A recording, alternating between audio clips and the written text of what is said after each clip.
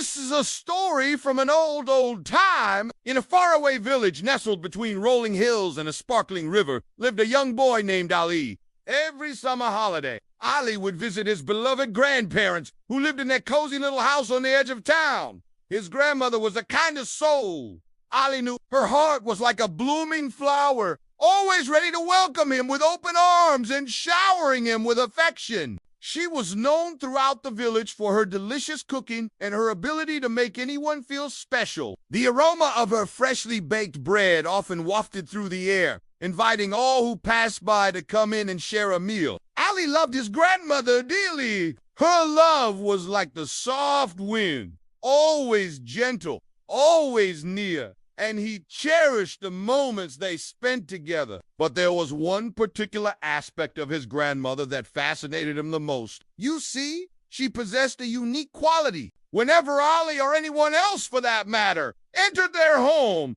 she would always have tea ready to serve. No matter how busy she was or how many guests had come before, her kettle was always steaming. Her teapot was always filled, and there were always cookies waiting on the table. It was as if she had an endless supply of tea and treats.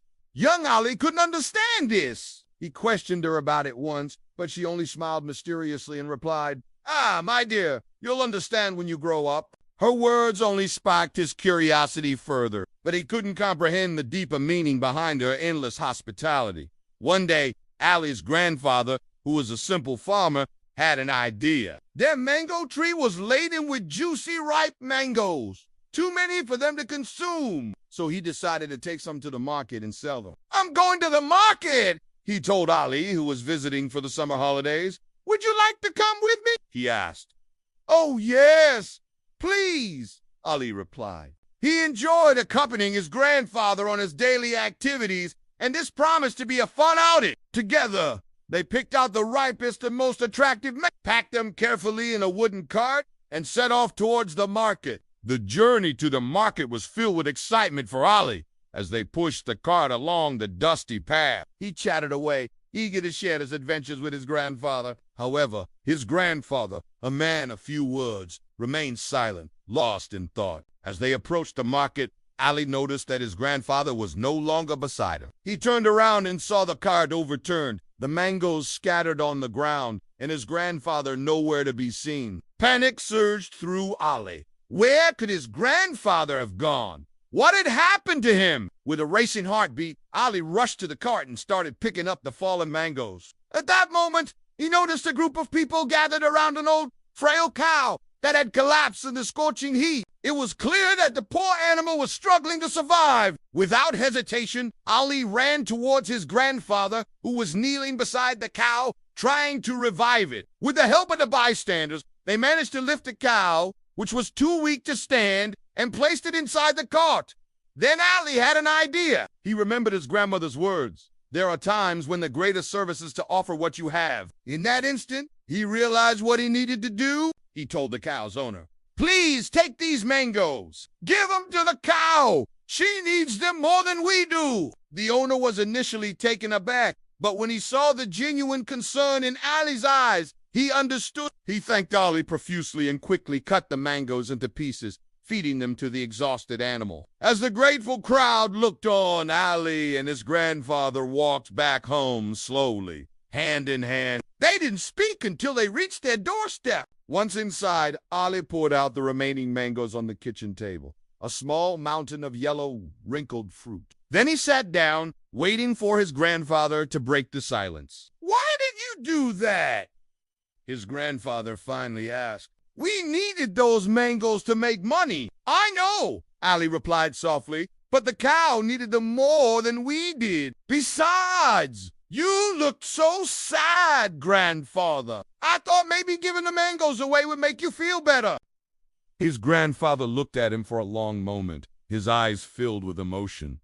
Then a slow smile spread across his face. He ruffled Ali's hair and said, "You gave more than mangoes today, Ali. You gave kindness." Before Ali could respond, a familiar sound filled the air, the gurgling of a kettle and the sweet aroma of freshly brewed tea. He turned to see his grandmother standing in the doorway. a steaming teapot in her hands. It was as if she had known what had transpired at the market. She led them to the table where the mangoes lay and poured tea for both of them. As they sipped the warm liquid, Ali noticed that his grandmother was watching him intently. Finally, she spoke in her gentle, loving voice. Ali, my dear, today you showed compassion and empathy towards that helpless animal. You didn't hesitate to part with what you had, not because you wanted something in return, but simply because it brought you happiness to help. This, my child, is the essence of true humanity. Ali blushed, touched by his grandmother's words. He had never thought of himself as particularly kind, so her praise meant a lot to him. He looked down at the remaining mangoes on the table and suddenly had an idea. Grandmother, can I use these mangoes to make something special for you? He asked. Oh, my dear, you can make whatever you like, she replied with a twinkle in her eye. And so, under his grandmother's patient guidance, Ali peeled and chopped the mangoes, mixing them with sugar and spices. They stirred the mixture continuously until it thickened into a rich, vibrant jam. Then they sterilized glass jars and filled them with the delicious mango preserve. Just as they finished, their neighbor knocked on the door. Surprised, Ali opened it to find a woman holding a basket brimming with fresh vegetables. For you, Ali's grandmother, she said with a warm smile. These are fresh from my garden. Please accept them. Ali was puzzled. But why are you giving us these vegetables? He asked. Because your kindness touched my heart,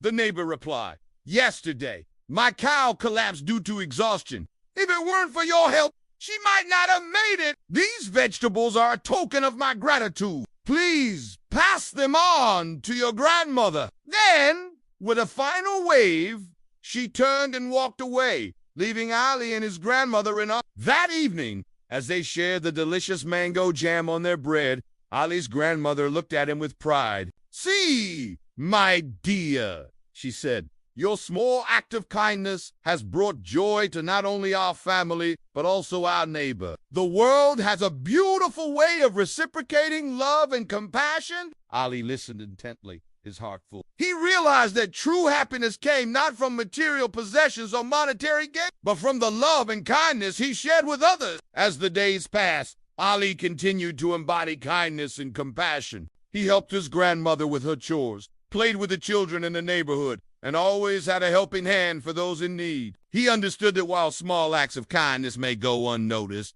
they create ripples of positivity that touch countless lives. And so, in the small village nestled between the hills and the river, the tale of Ali, the kind-hearted boy who shared mangoes with a weary cow, became a legend, reminding everyone that the greatest treasures are not material, but the warmth of human connection and the echo of a life well lived.